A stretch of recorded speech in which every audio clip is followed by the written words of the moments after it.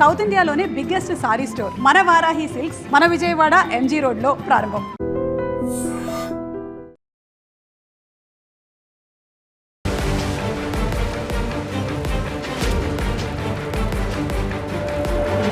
నమస్కారం, welcome to I dream.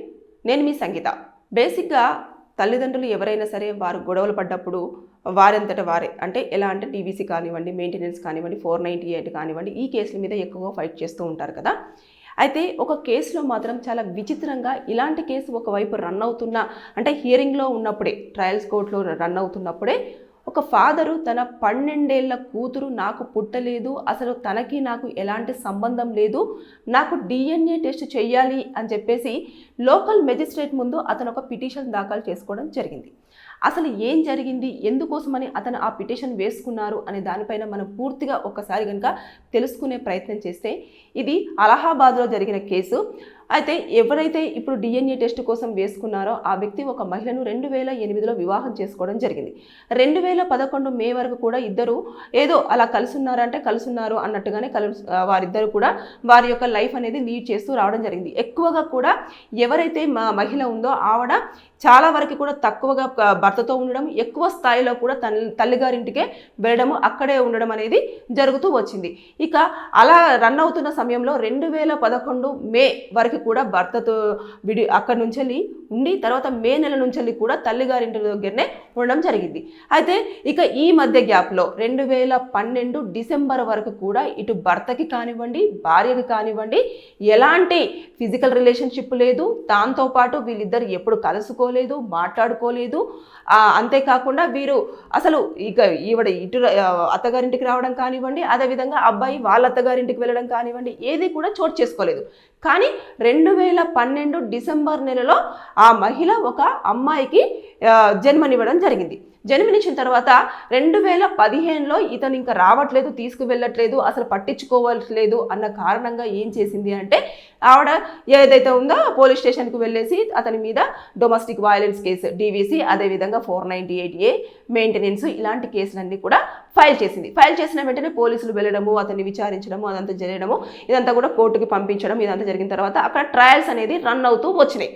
Run అవుతూ వచ్చిన తర్వాత ఇతను ఏం చేశాడు అని అంటే, పాప యొక్క మెయింటెనెన్స్ అంతా కూడా తండ్రి చూసుకోవాలి అని అంటే, అసలు ఆ పాపే నాకు పుట్టలేదు అని చెప్పేసి అతను దాన్ని ప్రూవ్ చేసుకోవాలి అని చెప్పేసి అనుకున్నాడు. ఎందుకంటే ఈ గ్యాప్ ఎక్కువగా ఉంది అని అతను కొన్ని డేట్స్ని చూపించాడు. ఆవిడ ఈ నెల నుంచి ఇక్కడ వరకు కూడా నాతో కలిసి లేదు, అసలు నాతో ఎలాంటి సంబంధం లేదు, ఆ పాప పుట్టింది, అలాంటప్పుడు నేను ఎందుకు తండ్రిని అవుతాను, నాకు ఎలాంటి సంబంధం లేదు అని చెప్పేసి ఆయన ఒక డేట్స్ని మాత్రమే ప్రజెంట్ చేస్తూ అతను ఒక పిటిషన్ ఫైల్ చేయడం చేశాడు ఆ లోకల్ మెజిస్ట్రేట్ ముందుట. చేసిన తర్వాత అక్కడ ఉన్న ఎవరైతే ఉంటారో జడ్జి అదంతా కూడా చూడడం జరిగింది. చూసిన తర్వాత మీరు ఎలాంటి సాలిడ్ ఎవిడెన్సెస్ అన్నీ కూడా, అంటే మేము DNA టెస్ట్ చేయాలి అనే ఆలోచన చేసే విధంగా మీరు ప్రూఫ్స్ సబ్మిట్ చేయలేదు కాబట్టి DNA టెస్ట్కు మేము అంగీకరించము అని చెప్పేసి అతను వేసిన పిటిషన్ని క్యాన్సల్ చేయడం అనేది జరిగింది. అసలు ఎలాంటి కేసులలో ఎప్పుడు DNA టెస్ట్ చేస్తారు అనే దానిపైన మనం ఒక్కసారి మాట్లాడుకుంటే, అంటే ఇప్పుడు ఫ్యామిలీ పరంగా మాత్రం ఆ కేసులు రన్ అవుతూనే ఉంటాయి, అవి ట్రయల్లో ఉన్నాయి.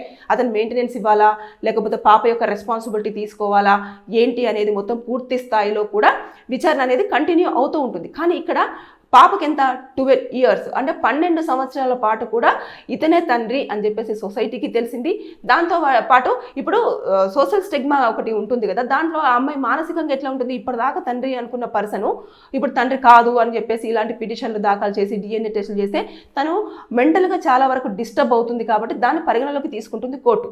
తీసుకున్న తర్వాత ఇన్ని రోజులు లేనిది ఇప్పుడు ఈ కేసులు ఫైల్ చేయడం వల్ల ఇలాంటిది ముందుకు తీసుకురావడం అనేది చాలా వరకు కన్సిడర్ చేయదు.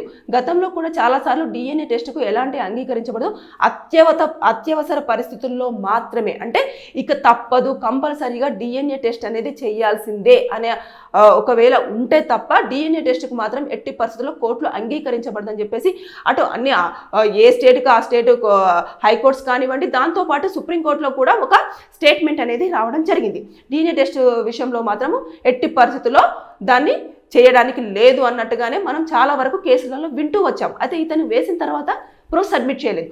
ఇప్పుడు ఎట్లాంటి సమయాలలో DNA టెస్ట్ చేయాల్సి వస్తుంది, అసలు తీసుకుంటారా లేదా అనే దానిపైన మనం ఒక్కసారి మాట్లాడుకుంటే, ఎలా ఉంటుంది అంటే ఇప్పుడు భార్యాభర్తలు ఇద్దరు కూడా విడాకులు తీసుకున్నారు, లేకపోతే విడిపోవాలనుకుంటున్నారు అని చెప్పేసి అనుకున్న తర్వాత విడాకులు అయిపోయిన తర్వాత కూడా వాళ్ళకి ఏంటంటే దాదాపుగా ఒక 280 రోజుల పాటు అంటే 280 డేస్ వరకు కూడా గ్యాప్ ఉండి ఒకవేళ తను కనుక కన్సీవ్ అయ్యింది అని అంటే అప్పుడు అది ఖచ్చితంగా ఇతనే, ఎవరైతే విడాకులు తీసుకున్న భర్త ఉంటాడో అతనే ఈ అమ్మాయి యొక్క ప్రెగ్నెన్సీకి కారణము అని చెప్పేసి అది క్యాలిక్యులేట్ అవుతుంది. అప్పుడు DNA టెస్ట్ కోసం అని చెప్పేసి అప్లై చేసుకుంటే దానికి సంబంధించిన ఎవిడెన్సెస్ అన్ని కూడా మనం క్లియర్గా ఇవ్వాలి అన్నట్టు. వాళ్ళు ఏ టైం నుంచి ఏ టైం వరకు వాళ్ళు ఫిజికల్ రిలేషన్షిప్లో కలవడం జరిగింది, దాంతోపాటు ఎప్పుడు ఏంటి అని చెప్పేసి పూర్తి స్థాయిలో ఇది గనక ఈ టెస్ట్ చేయకపోతే వచ్చే ప్రాబ్లమ్స్ ఈ రకంగా ఉన్నాయి అని చెప్పేసి కనుక కోర్టును మీ యొక్క ప్రూఫ్స్ ఏవైతే ఉన్నాయో వాటిని సబ్మిట్ చేసి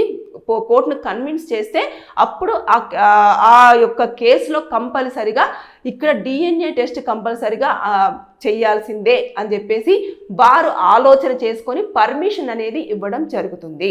అంతే తప్పించి ఊరికే ప్రతి దాంట్లో కూడా వెళ్ళేసి DNA మాకు ఈ పిల్లలు పుట్టలేదు, అసలు నాకు సంబంధం లేదు అని చెప్పేసి ఇలాంటివన్నీ చేయడానికి లేదు. అంటే ఇలాంటివి ఎక్కువగా జరుగుతున్నాయి అంటే ఇష్టానుసారంగా తిరగడం కానివ్వండి, ఇలాంటివి చేసేసి పిల్లలు పుట్టిన తర్వాత నాకు సంబంధం లేదు అని చెప్పేసి వదిలేసడం అనేది కేసులు అనేవి ఎక్కువగా ఫైల్ అవుతున్నాయి. కాబట్టి ఇలాంటి కేసులో కూడా చాలా వరకు ఎవిడెన్సెస్ పెళ్ళెప్పుడైంది, ఎన్ని నెలలు కలిసి ఉన్నారు, ఎన్ని నెలల తర్వాత మీకు గొడవ అయిపోయింది, గొడవ అయిన తర్వాత ఎన్ని రోజుల పాటు మీ ఇద్దరి మధ్యలో గ్యాప్ అనేది ఉంది, ఆ గ్యాప్ ఎన్ని రోజుల వరకు మీరు తర్వాత నెక్స్ట్ విడాకులు తీసుకున్న తర్వాత ఎన్ని మధ్యలో ఎప్పుడైనా మీరు కలవడం జరిగిందా, ఇవన్నీ కూడా విత్ ప్రూఫ్స్ అంటే అన్ని రకాలుగా డేట్స్, తర్వాత మీరు ఒకవేళ కలిసినప్పుడు తర్వాత నెక్స్ట్ ఎవరైనా అక్కడ మీకు ఉంటే ఆ పరిధిలో ఎవరైనా పేరెంట్స్ కానివ్వండి, రిలేటివ్స్ కానివ్వండి, మీ ఫ్రెండ్స్ కానివ్వండి, మీరు యొక్క ఫిజికల్గా కలిసినప్పుడు కానివ్వండి, ఎవరైనా వీళ్ళు నిజంగానే కలుస్తున్నారు ఈ మధ్యలో ఫ్రీక్వెంట్గా కూడా ఈ అమ్మాయి రావడం కానివ్వండి, ఈ అబ్బాయి రావడం కానివ్వండి జరుగుతుంది అని చెప్పేసి ఏమైనా ఐ విక్టిమ్ కానివ్వండి, లేదా తర్వాత నెక్స్ట్ ఐ ఎవిడెన్స్ కానివ్వండి, ఇలాంటివి ఏది ఉన్నా సరే వాటిని మీరు సాలిడ్గా ప్రిపేర్ చేసుకొని అప్పుడు మీరు కోర్టుకు వెళ్ళేసి పాయింట్ టు పాయింట్ చాలా క్లియర్గా మెన్షన్ చేసి అప్పుడు ఖచ్చితంగా నాకు DNA టెస్ట్ కావాలండి, నేను ఈ ప్రాంతంలోనే అసలు లేను, ఈ టైంలో నేను ఇక్కడ నుంచి ఇంకొక ప్లేస్లో ఉన్నాను, అప్పుడు మరి నేను దీనికి ఎలా ఫాదర్ని అవుతాను, అసలు నాకు ఈ ఫాదర్కి ఈ డాటర్కి ఎలాంటి సంబంధం ఉంటుంది, లేదంటే ఈ సన్కి ఎలాంటి సంబంధం ఉంటుంది అని చెప్పేసి కనుక ఎవిడెన్సెస్ కలెక్ట్ చేస్తే అప్పుడు DNA టెస్ట్ కోసం అని చెప్పేసి కోర్టు పర్మిషన్ ఇవ్వడం అనేది జరుగుతుంది. అది కూడా ఆలోచించుకున్న తర్వాత అన్ని ఎవిడెన్సెస్ కరెక్ట్గా ఉన్నాయని చెప్పేసిన తర్వాతనే ఇస్తుంది. ఎందుకంటే ఒక్కవేళ కనుక ఇప్పుడు అలహాబాద్ కోర్టు దీనికి కనుక పర్మిషన్ ఇచ్చి ఉండేదంటే ఇక్కడ సిచ్యువేషన్ ఎలా ఉండేది అని అంటే ఆ పాప 12 సంవత్సరాల పాటు కూడా తండ్రిగా తనను చూపించుకుంది, తన స్కూల్ సర్టిఫికేట్స్లో కానివ్వండి, లేదంటే రిజిస్టర్లో కానివ్వండి ఏమున్నాయి మొత్తము ఫాదర్గా ఇతన్నే కన్సిడర్ చేస్తూ రావడం జరిగింది. ఇక ఇప్పుడు కనుక ఫాదర్ కాదు లేదంటే ఫాదర్ అవును అనేది ఒక DNA టెస్ట్ కోసం ఇచ్చినా కూడా ఆవిడ మెంటల్గా చాలా డిస్టర్బ్ అవుతుంది. ఫస్ట్ పాప అరే ఇన్ని రోజుల వరకు నాన్న అన్నారు, ఇప్పుడు నాన్న కాదు ఈ టెస్ట్ చేయించుకోండి అని చెప్పేసి అన్నారు అని అంటే చాలా వరకు డిస్టర్బ్ అవుతుంది. ఇకపోతే దాంతోపాటు ఒకవేళ మనం పాజిటివే ఇక్కడ మనం ఈ కేసులో పాజిటివ్గానే ఉంది కాబట్టి అతను ఎలాంటి ఎవిడెన్సెస్ సబ్మిట్ చేయలేదు. ఒకవేళ కొన్ని కేసులలో మనం చూసేసుకుంటే ఒకవేళ ఫాదర్ కాదు లేదని కనుక రిపోర్ట్ వచ్చింది అని అంటే ఆస్తిలో కానివ్వండి, తనకి రావాల్సిన మెయింటెనెన్స్ కానివ్వండి, అదేవిధంగా తనకు ఉండాల్సిన ఏదైతే రైట్స్ కానివ్వండి, అంతేకాకుండా సర్నేమ్స్ కానివ్వండి, ఇలాంటివన్నీ కూడా రావకుండా ఉండే అవకాశం ఉంటుంది. దాంతోపాటు తన యొక్క ఐడెంటిటీ అనేది ఒక క్వశ్చన్ మార్క్గా మిగిలిపోవడం అనేది జరుగుతుంది. కాబట్టి ఫ్యూచర్లో ఎక్కువగా ప్రాబ్లం అవుతుంది, ఇటు తల్లికి కానివ్వండి, అదేవిధంగా ఎవరైతే బిడ్డలు ఉంటారో వాళ్ళకి కానివ్వండి, అంటే డాటర్సే కానివ్వండి, సన్సే కానివ్వండి, ఎవరైనా సరే. కాబట్టి ఈ యొక్క ఇలాంటివన్నీ ఫ్యూచర్లో జరిగింది ఏదో జరిగిపోయింది, అదేవిధంగా కొన్ని సందర్భాలలో ఇలా ఉంటుంది. కాబట్టి ఇలాంటి DNA టెస్ట్ల విషయంలో కోర్టు చాలా సీరియస్గానే ఉండడం జరుగుతుంది, చాలా కాన్షియస్గా కూడా ఈ యొక్క కేసులు తీసుకోవాలా వద్దా అనే ఆలోచన చేస్తున్నారో తప్పించి కేసు ఫైల్ అయిన వెంటనే మీరు కనుక ఎలాంటి ప్రూఫ్స్ ఉంటాయో ఆ ప్రూఫ్స్ అని సబ్మిట్ చేస్తే కోర్టు కన్విన్స్ అవుతేనే టెస్ట్కి పర్మిషన్ ఇవ్వడం అనేది జరుగుతుంది. కోర్టుని మీరు కన్విన్స్ చేయలేకపోతే, అంటే ఖచ్చితంగా నమ్మశక్యంగా ఉండాలి. మీరు ఏ ఎవిడెన్సెస్ సబ్మిట్ చేసినా సరే ఆ ఎవిడెన్సెస్ అన్నీ కూడా చాలా క్లియర్గా నిజంగానే ఇక్కడ ఒక చిన్న అనుమానం వస్తుంది, లేదంటే నిజంగానే ఇది ఇలాగే ఉంది అని చెప్పేసి కనుక కోర్టు నమ్మితే అప్పుడు పర్మిషన్ వస్తుంది. అందుకోసం అని చెప్పేసి చాలా వరకు DNA టెస్టుల విషయంలో కేసులు ఫైల్ చేసుకుంటే వృధానే తప్పించి దాంట్లో మీకు న్యాయం జరుగుతుంది అనేది మాత్రం పొరపాటే. ఇక్కడ 12 సంవత్సరాల వరకు కూడా ఎప్పుడూ కూడా నువ్వు ఒకవేళ పాప పుట్టినప్పుడే నువ్వు వేయాల్సింది, కానీ అప్పుడు వేయలేదు. వేసి నువ్వు సబ్మిట్ చేయాల్సింది. ఈ డేస్లో ఇంతవరకు గ్యాప్ అయినా కూడా నాకు ఎలాంటి సంబంధం లేదు అని చెప్పేసేస్తే అప్పుడు కోర్టు పరిగణలోకి తీసుకునేదేమో, తీసుకొని తర్వాత నెక్స్ట్ చేసేదేమో. కానీ ఇప్పుడు 12 సంవత్సరాల తర్వాత నువ్వు వచ్చేసి నాకు ఇప్పుడు ఎప్పుడైతే పాప యొక్క రెస్పాన్సిబిలిటీ తీసుకోవాలి, తనకు యొక్క మెయింటెనెన్స్ ఇవ్వాలి అన్నప్పుడు కాదు నాకు అసలు సంబంధమే లేదు, నాకు పుట్టలేదు అంటే కుదరదు. అసలు DNA టెస్టులకి కోర్టులు ఎక్కడ కూడా అంగీకరించడం అనేది జరగట్లేదు, వాటిని పరిగణలోకి తీసుకోదు, టెస్టులు చేయాలని కూడా ఆదేశించడం జరగట్లేదు. కాబట్టి ఇక మీదట మీరు ఎట్టి పరిస్థితుల్లో కనుక పిల్లల విషయంలో DNA టెస్టుల కోసం కోర్టుల మెట్లు ఎక్కితే మాత్రం మీకు నిరాశ తప్పించి ఆశ మాత్రం ఉండే ప్రసక్తే లేదు. సో బీ కేర్ఫుల్గా ఉండండి.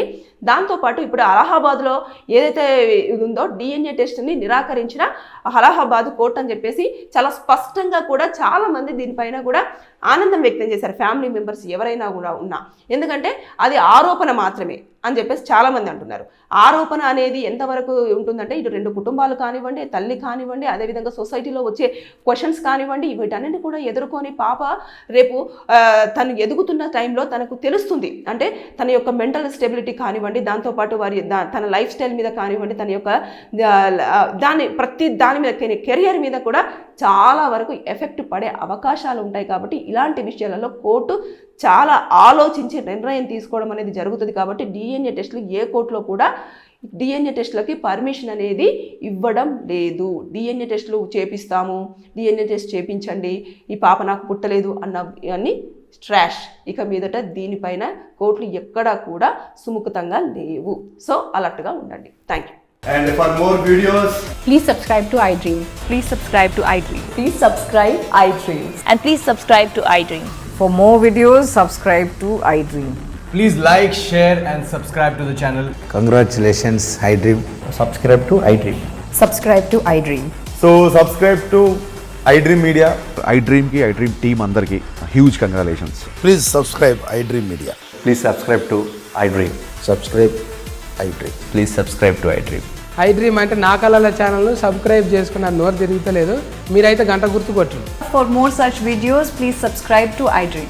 Subscribe to iDream. Please subscribe to iDream. Please subscribe iDream Media. Please do subscribe to iDream. Please subscribe to iDream Media. For best entertainment and information, please subscribe iDream. And don't forget to subscribe to iDream.